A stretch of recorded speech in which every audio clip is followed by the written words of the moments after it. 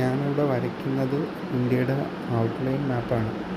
നമ്മൾ ഇന്ത്യയുടെ ഔട്ട്ലൈൻ മാപ്പ് വരയ്ക്കുമ്പം ആദ്യം ശ്രദ്ധിക്കേണ്ടുള്ള കാര്യം സൗത്ത് ഇന്ത്യയിൽ നിന്ന് സ്റ്റാർട്ട് ചെയ്യുക. എന്നിട്ട് ഗുജറാത്ത്, രാജസ്ഥാനൊക്കെ വഴി ജമ്മു കാശ്മീർ, ലഡാക്ക് റീജിയൻ, അത് കഴിഞ്ഞ് നേരെ ഉത്തരാഖണ്ഡ്, ഹിമാചൽ പ്രദേശ്, ഉത്തരാഖണ്ഡ് റീജിയനിലൂടെ നേപ്പാൾ, പിന്നെ ഭൂട്ടാൻ, സിക്കിം, അരുണാചൽ പ്രദേശ്, മേഘാലയ, മിസോറാം, ത്രിപുര, അതുവഴി നേരെ വെസ്റ്റ് ബംഗാൾ, ഒഡീഷ റീജിയനിൽ വന്നിട്ട് അവസാനിപ്പിക്കുക.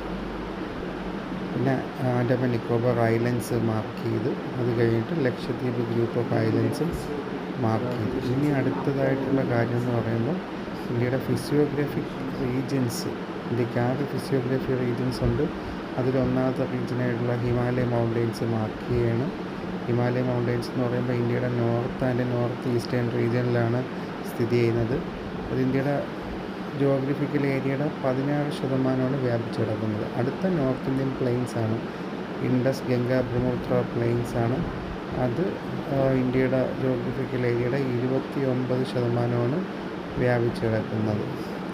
അടുത്ത ഫിസിയോഗ്രഫി ഡിവിഷൻസ് എന്ന് പറയുമ്പോൾ പെൻസിലാർ പ്ലേറ്റോ ആണ്. ആരവല്ലി റേഞ്ചിൻ്റെ അവിടെ നിന്ന് സ്റ്റാർട്ട് ചെയ്ത് മാൾവ, വിന്ധ്യ, സത്പുര, വെസ്റ്റേൺ ഗാട്സ്, ഈസ്റ്റേൺ ഗാട്സ് വന്നിട്ട് അവിടെ വന്ന് മാർക്ക് ചെയ്തു. അത് കഴിഞ്ഞിട്ട് ഇന്ത്യയുടെ ജിയോഗ്രഫിക്കൽ ഏരിയയുടെ 37% ഏരിയയാണ് പെൻസിലാർ പ്ലേറ്റോ വ്യാപിച്ച് കിടക്കുന്നത്. ഏറ്റവും ഓൾഡസ്റ്റ് ആയിട്ടുള്ള ഫിസിയോഗ്രഫി ഡിവിഷൻസാണ്. അടുത്ത ഡിസേർട്ടാണ്. അവിടെ നോർത്ത് വെസ്റ്റേൺ ഇന്ത്യയിൽ ഗുജറാത്ത്, രാജസ്ഥാൻ റീജിയനിലൊക്കെ വ്യാപിച്ച് കിടക്കുന്നതാണ് ഇന്ത്യൻ ഡിസേർട്ട്. അത് ഇന്ത്യയുടെ ജിയോഗ്രഫിക്കൽ ഏരിയയുടെ 4%. അടുത്ത കോസ്റ്റൽ പ്ലെയിൻസ് ആണ്. കോസ്റ്റൽ പ്ലെയിൻസ് എന്ന് പറയുമ്പോൾ ഇതിൽ 2 കോസ്റ്റൽ പ്ലെയിൻസ് ആണ്, western coastal planes and eastern coastal planes ആണ്. അത് ഇന്ത്യയുടെ ജിയോഗ്രഫിക്കൽ ഏരിയയുടെ 13% ഏരിയയാണ് ഈ കോസ്റ്റൽ പ്ലെയിൻസ് വ്യാപിച്ച് കിടക്കുന്നത്. അടുത്തത് ഐലൻഡ്സ് ആണ്. ഇന്ത്യയിൽ 2 ഐലൻഡ്സ് ആണ് ഉള്ളത്. Lakshadweep group of islands, Arabian സീയിൽ 32 ഐലൻഡ്സ് ഉണ്ട്. അത് കഴിഞ്ഞ് Andaman Nicobar group of islands, ഇത് ബേ ഓഫ് ബംഗാൾ സീയിലാണ്.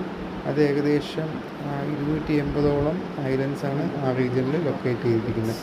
അപ്പോൾ നമ്മളുടെ ഫിസിയോഗ്രഫിക് ഡിവിഷൻസ് നമ്മൾ 6 ഡിവിഷൻസിൽ മാർക്ക് ചെയ്തിട്ടുണ്ട്.